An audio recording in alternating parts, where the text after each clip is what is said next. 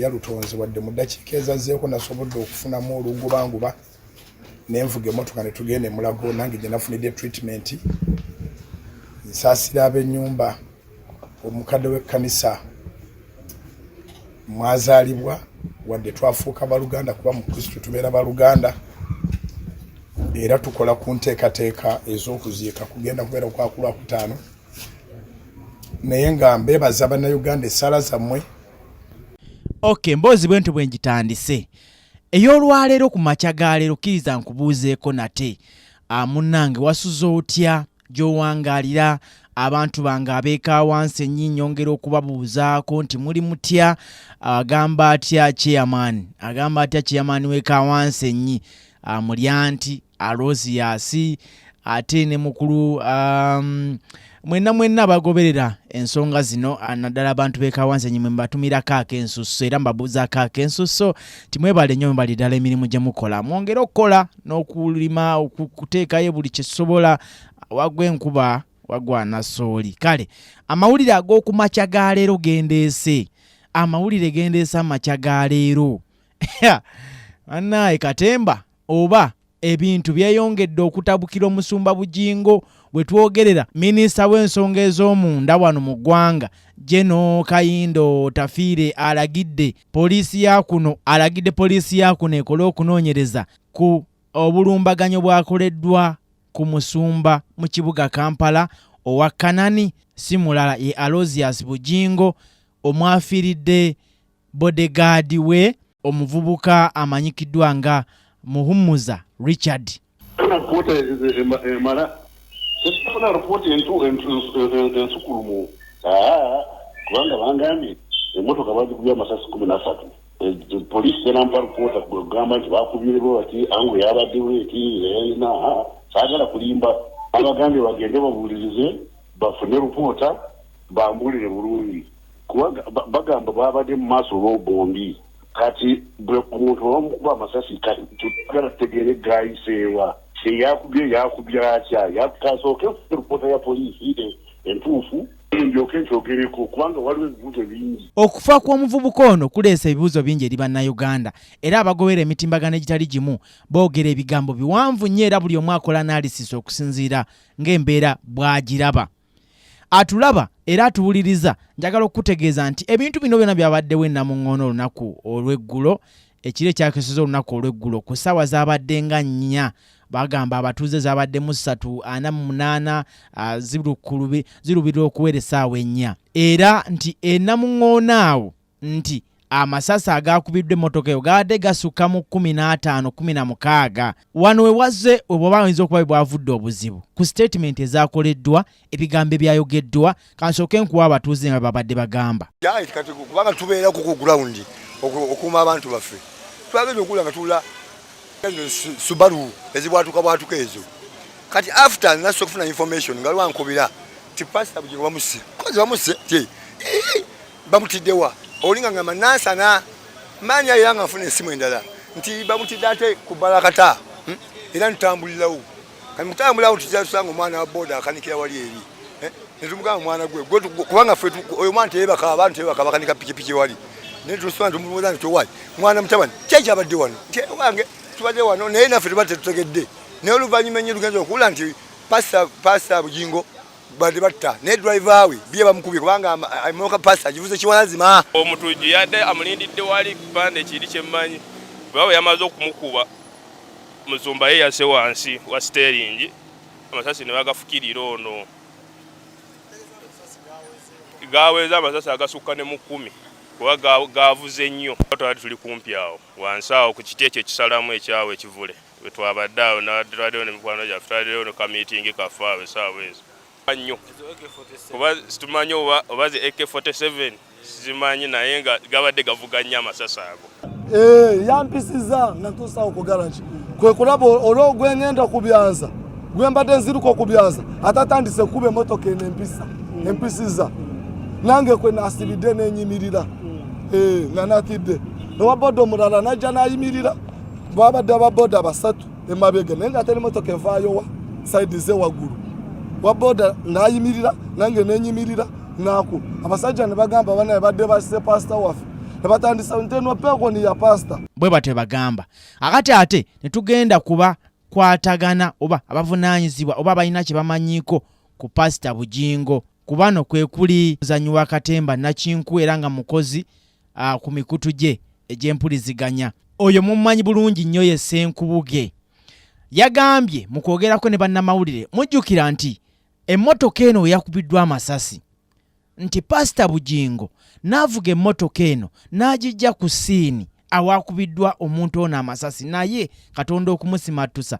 n'avuga omulambo ye gwe yabadde amanyi nti akyalimu akakuba bambi amutwale mu ddwaliro afune obujjanjabi n'avuga paka Mulago ali mu pain esasi lyamuyuzizza omugongo waliwo bingi yajja kubyogera nsaba okutegeeza bannayuganda nti ndi mulamu twagudde mu bantu b'emmundu ne batukuba amasasi nga tulina omukadde w'ekkanisa teyalutonze wadde mu ddakiika ezazzeeko nasobodde okufunamu olugubanguba nenvuga emmotoka ne tugenda e Mulago nange gye nafunidde treatment nsaasira ab'ennyumba omukadde w'ekkanisa mwazaalibwa wadde twafuuka baluganda kuba mu Kristo tubeera baluganda era tukola ku nteekateeka ez'okuziika kugenda kubeera kwa Lwakutaano naye nga mbeebaza bannayuganda essala zammwe nkyali mulamu era egguliro lino ndikoze nga ndi mulamu treatment ngifunye sina walala bwenzijjanjabiddwa okujja ku ddwaliro ya gavumenti e Mulago era kyekyanzijjidde nti vuga ng'odda Mulago oluvannyuma lw'amasasi agabadde gawandagadde ku mmotoka. Katonda abampeera omukisa abakuume, Katonda akuume Uganda. Ddala kwebaza abantu mwenna abazze e Namayumba okundaba omukulu Balamu Malubahala gwendi naye wano Honorable Mawanda ow'oluganda ono nasaaliza n'abalala bangi nnyo okuba nti bano be bayimiridde mu kamera n'ennyumba ejjudde wabeeru wa yagenza okutuuka nga bwe nabategeeza eggulo ng'ono ze mbuyaga ezikaza engoye naye tiyafunye obuvune era n'agenda mu ddwaliro n'afuna obujjanjabi mangu dda eddwaliro ly'e Mulago ne limusiibula Pastor Bugingo. Mu kwogerako ne Pastor Bugingo olunaku lw'eggulo mu mboozi eri eyasembyewo okubawa ku motion media era mbeebaza mwenna abayongedde okulikinga n'okusubscribinga n'okukomentinga komenti zammwe nziraba. Kaakati era ebigambo bingi bye mwogedde ng'ebibuuzo bimubuuza byenza olwaliro ku makya okulaba nga tubigaayagaayamu. Kakati Pastor Bugingo bwe yakomyewo ewaka baamukyaliddeko babadde bangi era abamu baagaaniddwa okutuuka ku maka ge agasangibwa Wakiso. Wabula ye mu kwogera yagambye yeebaza Katonda nti olw'okuba yasimatuse. Yagambye nti omwaka guno si gwa ntalo kuyomba n'ebirala. N'abalala bangi nnyo okuba nti bano be bayimiridde mu kamera n'ennyumba ejjudde wabeeru wajjudde nfunye ku mukisa ogutali gwa bulijjo okulaba nga bateekawo tenti n'obutebe nga wandibadde olumbe nti nafudde ne babireeta mbirabako nga babiteekawo nkyali mulamu mbasabira obulamu n'omukisa tewaliwo okwevuma 2024 n'ekisinga obukulu siyina muntu yenna gwe nsonga mu lunwe nti ayinza okuba nga yali emabega w'okukubwa kwange amasasi naye omulabe setaani ye yakikoze Katonda n'amuswaza nkyali mulamu kubanga mu maaso ga Mukama bye yantuma okukola tebinnaggwayo singa bibadde biweddeyo nandibadde nagenze naye nkyaliwo. So tusaba abalina emitima bwe gityo okubanga mu Uganda sinze gubasoose okusindirira amasasi n'abalala bangi abalala balugenda akawona ndowooza kati tubala batono Jeno Katumba Wamala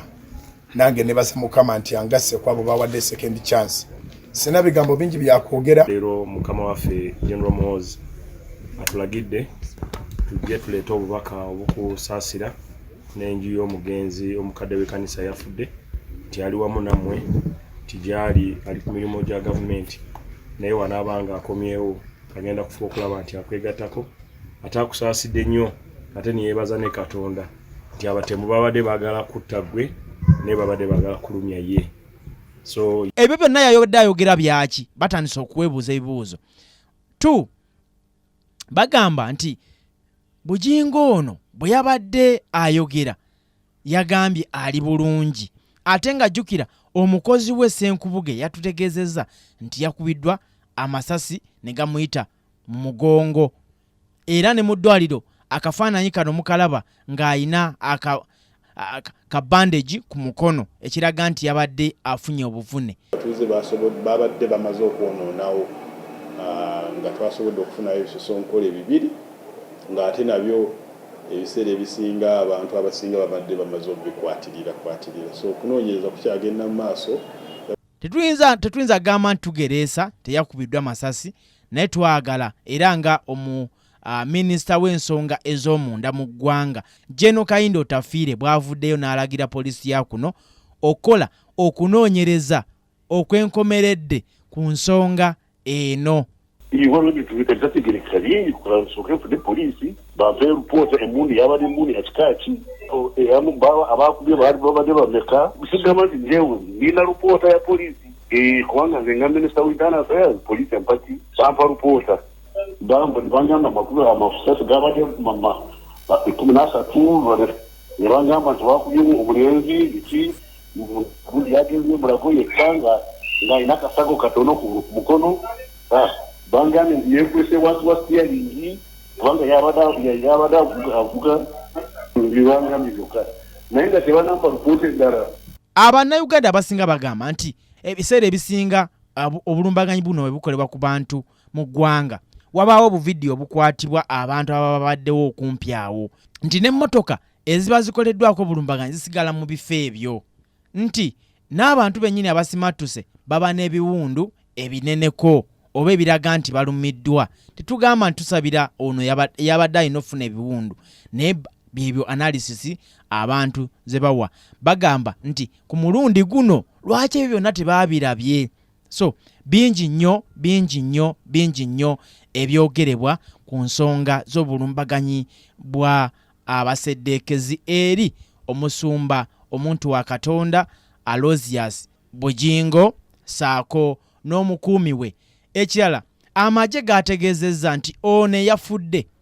yabadde mukuumi era agwa mu kabinja aka SFC. Bugingo agamba ono yabadde mukadde wa kkanisa. Bannaye ekituufu kye ki? Pastor Bugingo on deployment spanning I think close to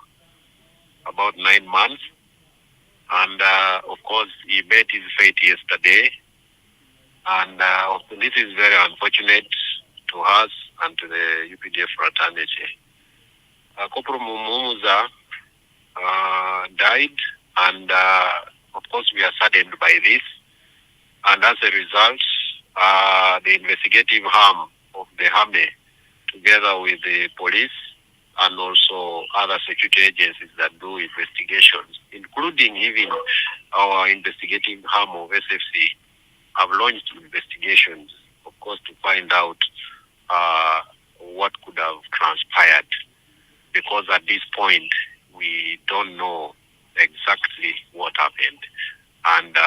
when this is known, and I believe the public will be informed accordingly of what transpired. So let us leave it to them to investigate, and I believe some clues will be found within the couple of days to come. Nsasira ab'ennyumba omukadde w'ekkanisa